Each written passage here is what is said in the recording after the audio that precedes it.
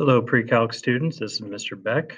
Today I wanted to talk to you a little bit about sections 2.4 and 2.5 in our book.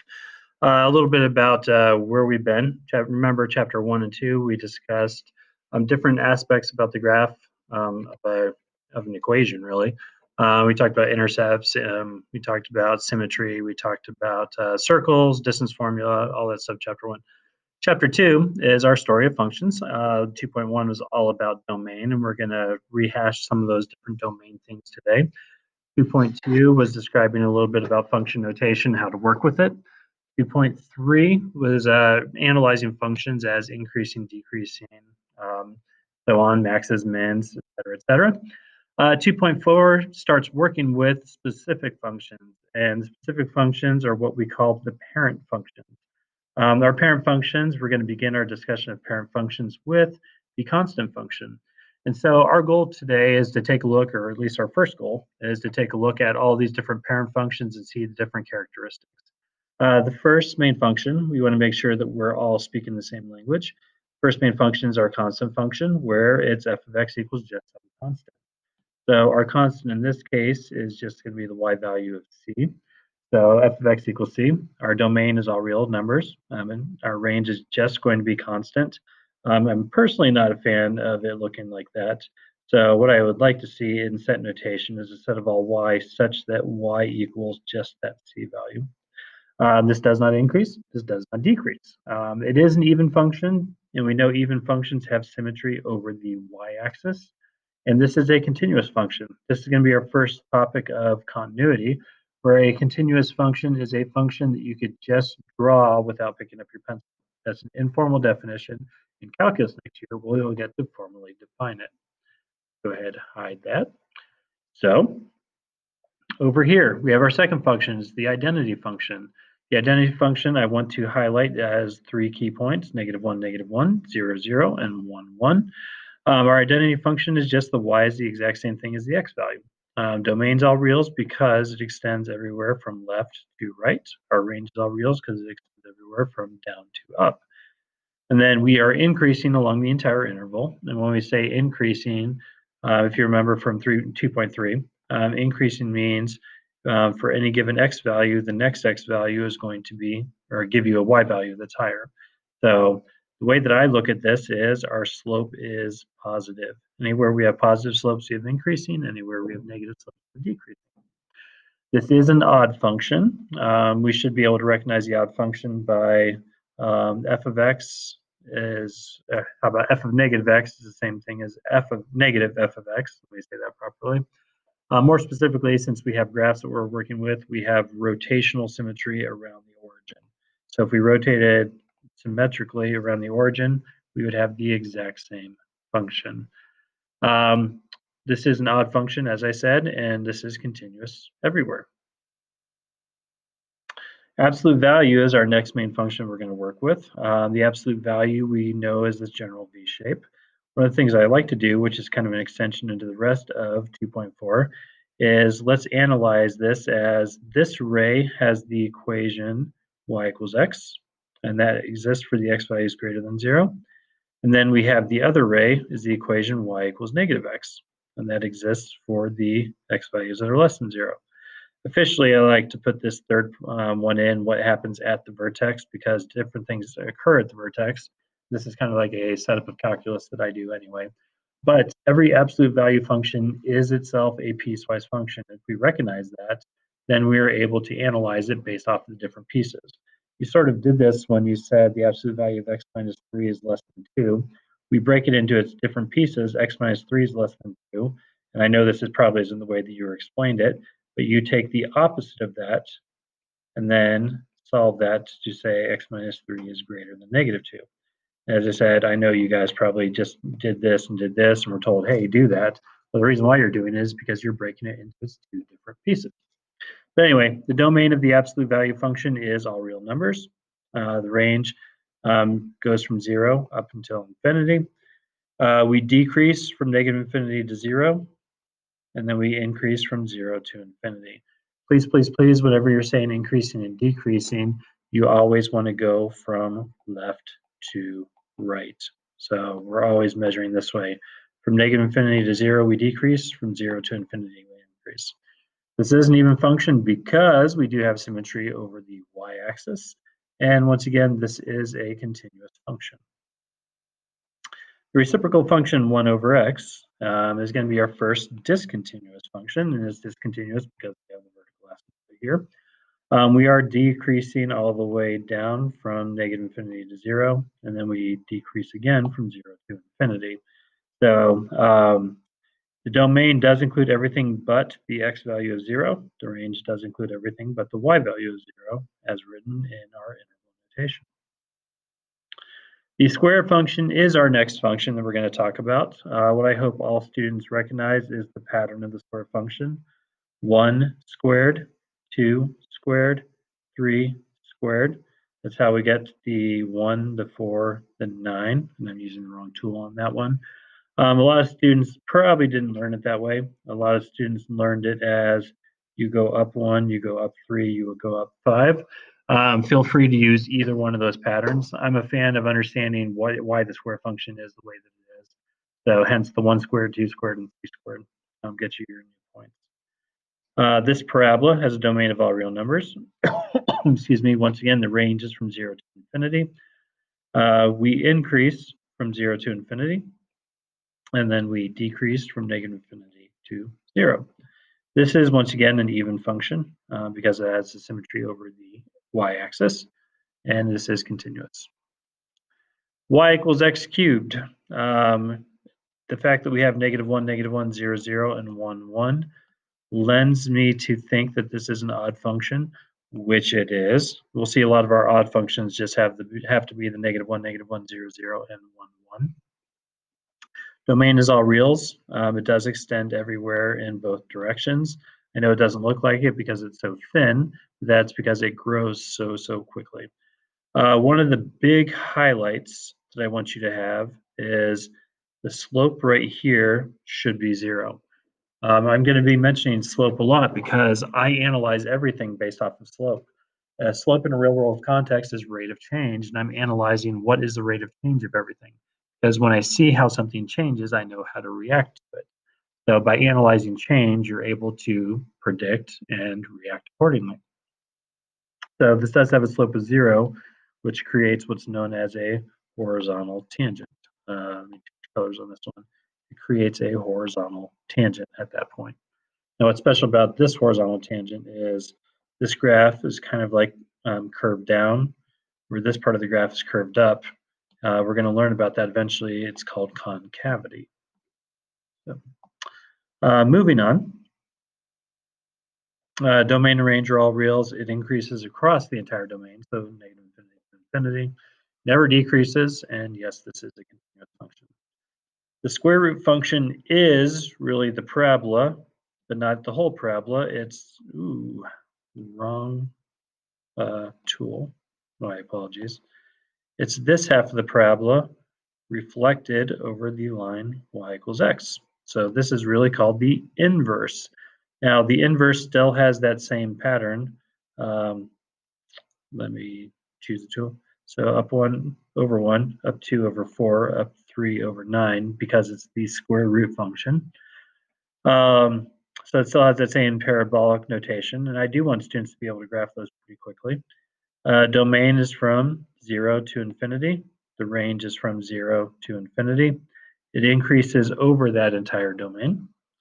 Never decreases. This is not odd or even, and this is a continuous function. It doesn't include every number, but it's a continuous function. The cube root function, we can see a little bit better as the inverse of the cube function. We can see that reflection one more time.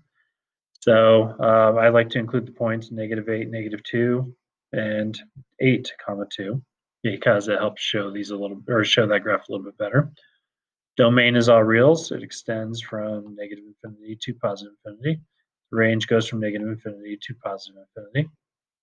This function increases everywhere. It doesn't decrease. And once again, we still have those same 3 points, -1, -1, 0, 0, and 1, 1, which clues in that this is an odd function. The natural exponential function is going to be like the first one that we probably don't see on a very regular basis. E to the x, E is a decimal that's approximately 2.718281828, and it doesn't repeat after that, which is why I don't remember any of the digits after that.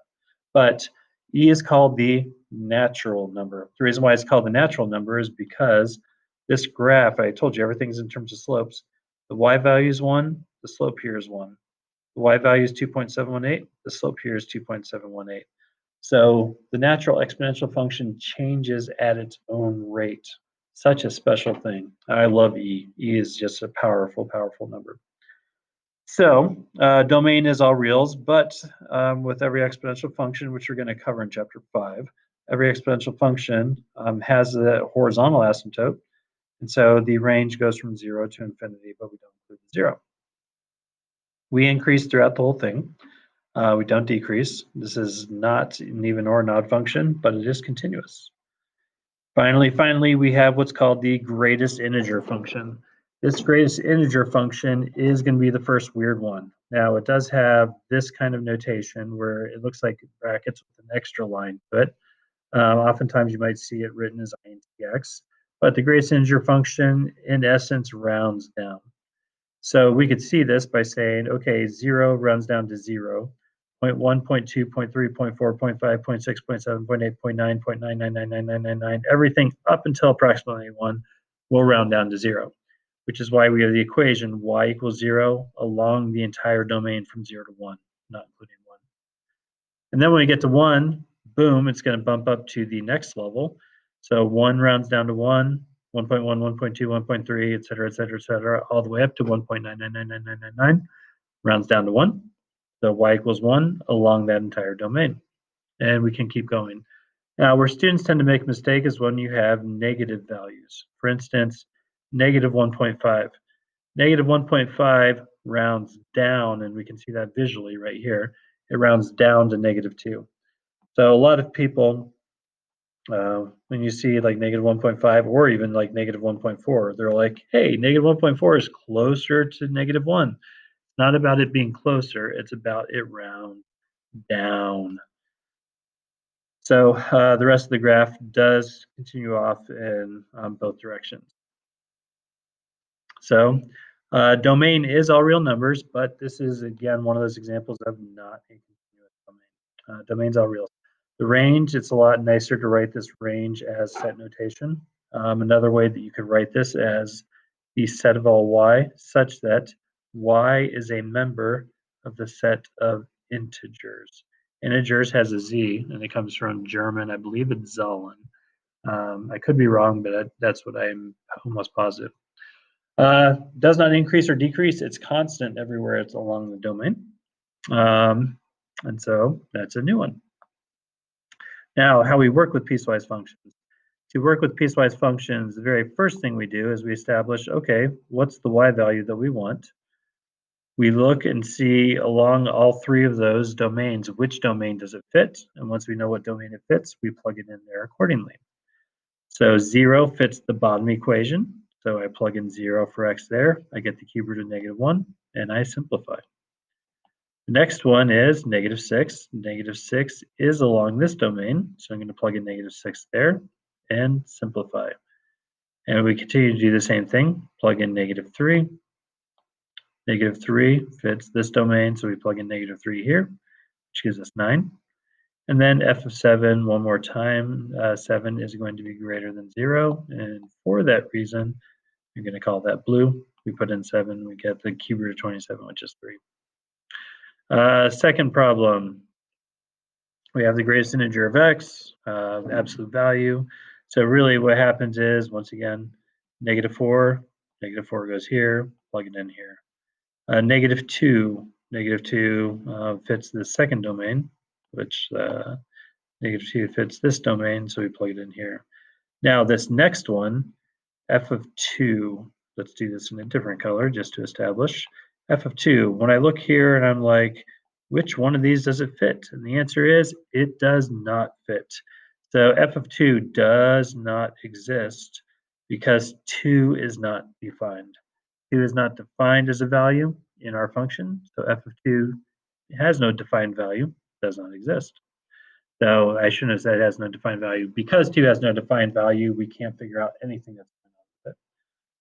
F of pi is kind of a fun one. Pi, if we remember, is 3.1415, et cetera, et cetera.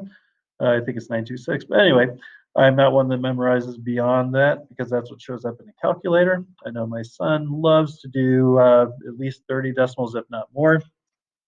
So I am not of that persuasion. That's okay. It's a lot of fun. Anyway, f of pi runs down to 3. And we're a little stuck because I've moved the iPad a little bit and it's not following. There we go. All right. To graph, if you see I have these as 2 different regions. This red portion is along this domain. The blue portion is along this domain. And so what happens is we graph according to the specific domain. So the red, and the way that I look at it is the red has a line. So in the red region, I have a line. In the blue region, I have a parabola. And make sure you graph accordingly. Something that I do see students do regularly is they're not fully sure what's going on, and so they'll graph like that. And I'll say, massive, massive warning. We fail the vertical line test if you do that. How you know your graphs are wrong is if you fail the vertical line test. So anyway, don't do that, please.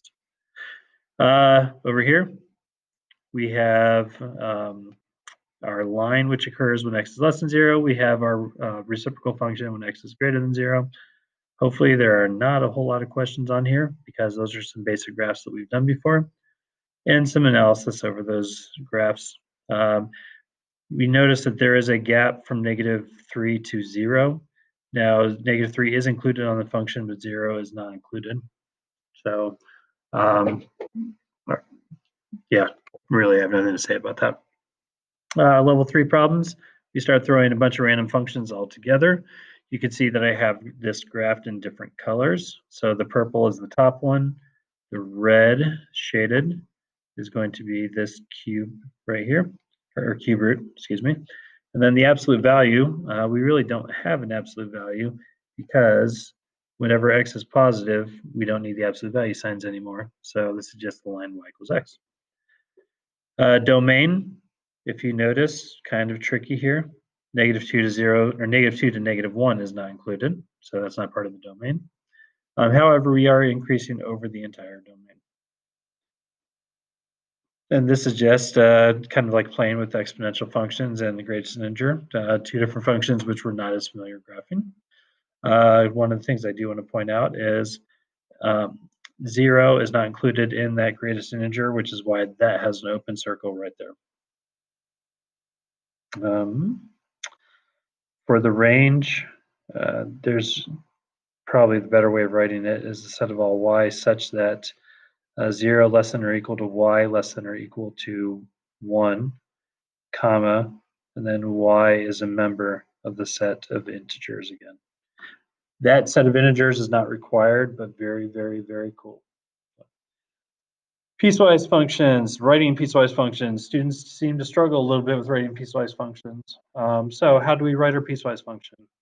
First thing we're going to establish is we get paid at $12.50 per hour. So it kind of makes sense that $12.50 times the number of hours we work.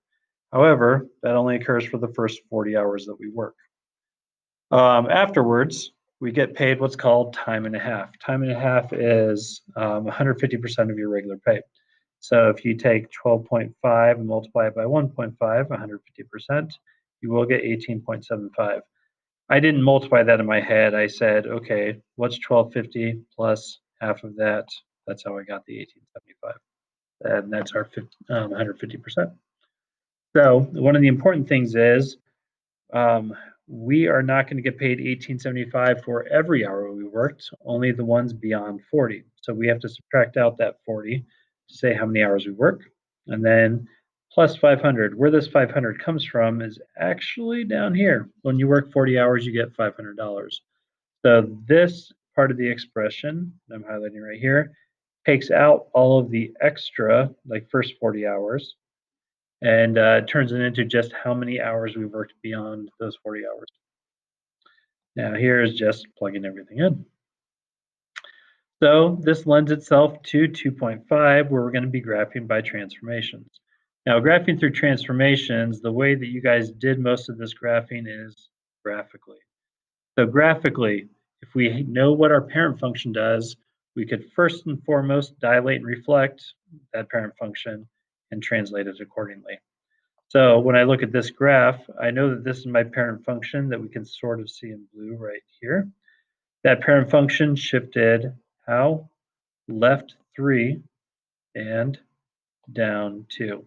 And you can see that all those points ended up getting shifted left 3, down 2. Now, with that said, the numerical approach to this is let's substitute our y values in. So our x values to make the function easy to work with. So I know certain square roots. For instance, what is the square root of 0? And the answer is 0. Yay! So the square root of 0 is going to be, or is going to occur when x equals -3. So we get the square root of 0 minus 2, which is -2. We get the square root of 1 minus 2, which is -1. We get the square root of 4 minus 2, which is 0. I'm not sure why those numbers are there, but I corrected them. And we can see those 3 points are the same points that get transformed from the initial graph to the final graph. Here I have a dilation, and a lot of times it's easier to see the dilation if we bring that number in the numerator out in front. So our dilation is 3, our shifting is right 2 and down 1. So that dilation of 3 causes, in this case, both a vertical and a horizontal dilation. So the rational graphs are the exception that allows both vertical and horizontal dilations together. You guys are not very familiar with horizontal dilations, but the reason why is because this could also be written as 1 over 1/3 times x minus 2 minus 1. So that's kind of a hidden horizontal dilation. Now, the numerical approach, I guess we could still take a numerical approach of this problem. If we have some x-intercepts, and we know what these x-intercepts, by the way, erase that on your notes as you're following along. We take a look at what this graph is, figure out how the shift occurs, and since this is 3 to the right, we can see that as f of x minus h. So if this is 3 to the right, we're going to shift 4 to the right 3 and 5 to the right 3, which is how we get 7 and 8.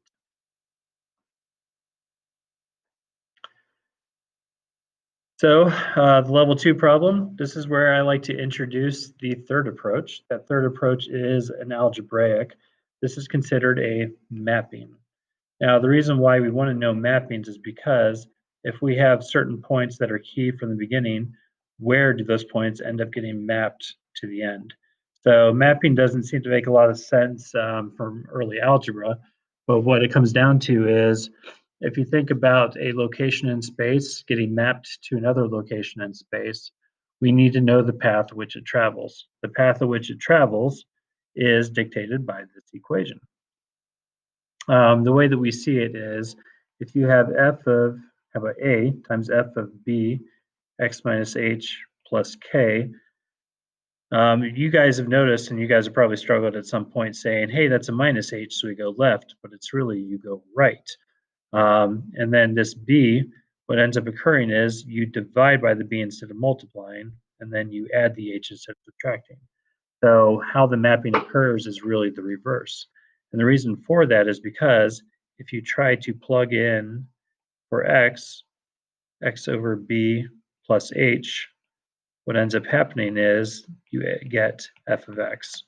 Now, long story short, the reason why in our mapping, we undo everything is so that the y value that comes out of it is normal. And then we could just take a times that y value plus k.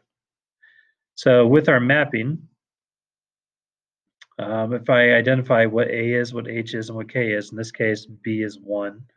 So if a is -2, -2y plus k, 3.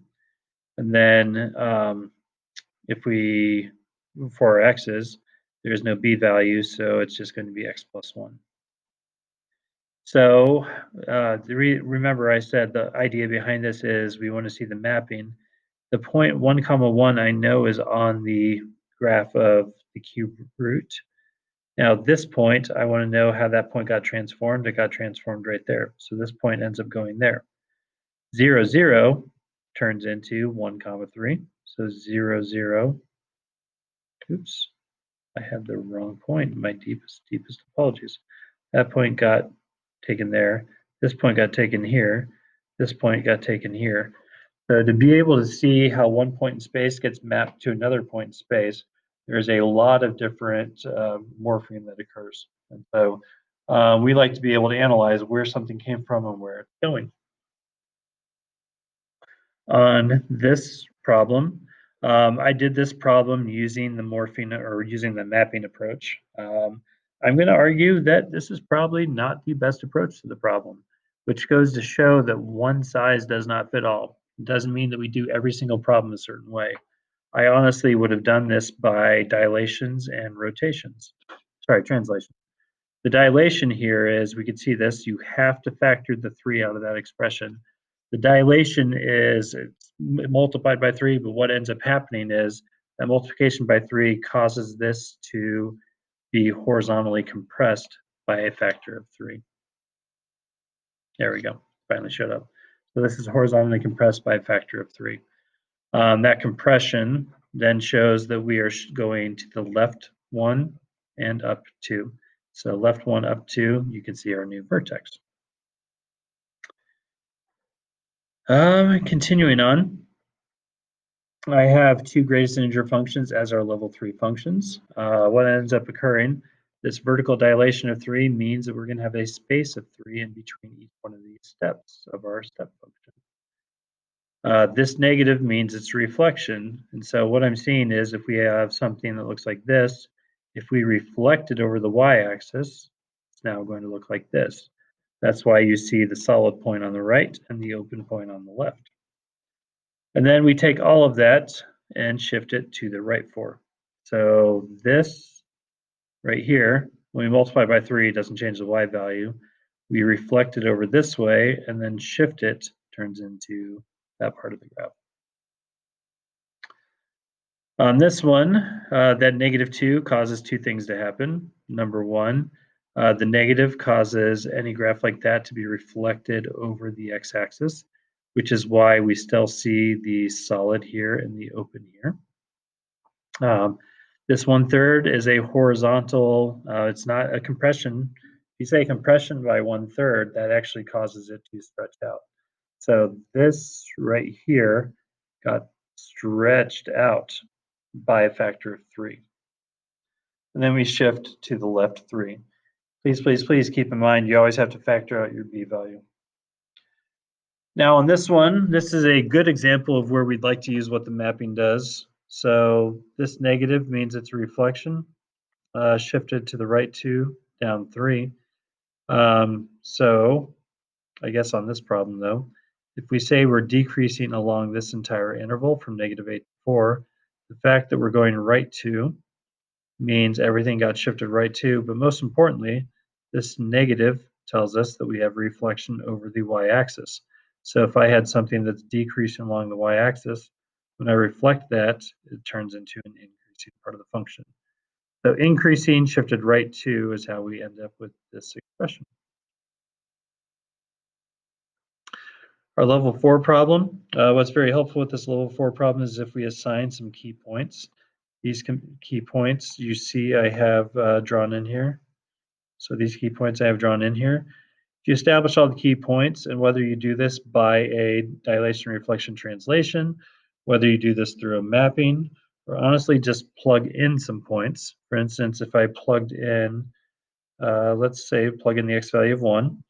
If I plug in the x value of 1, I get 2 times f of -1 plus 2.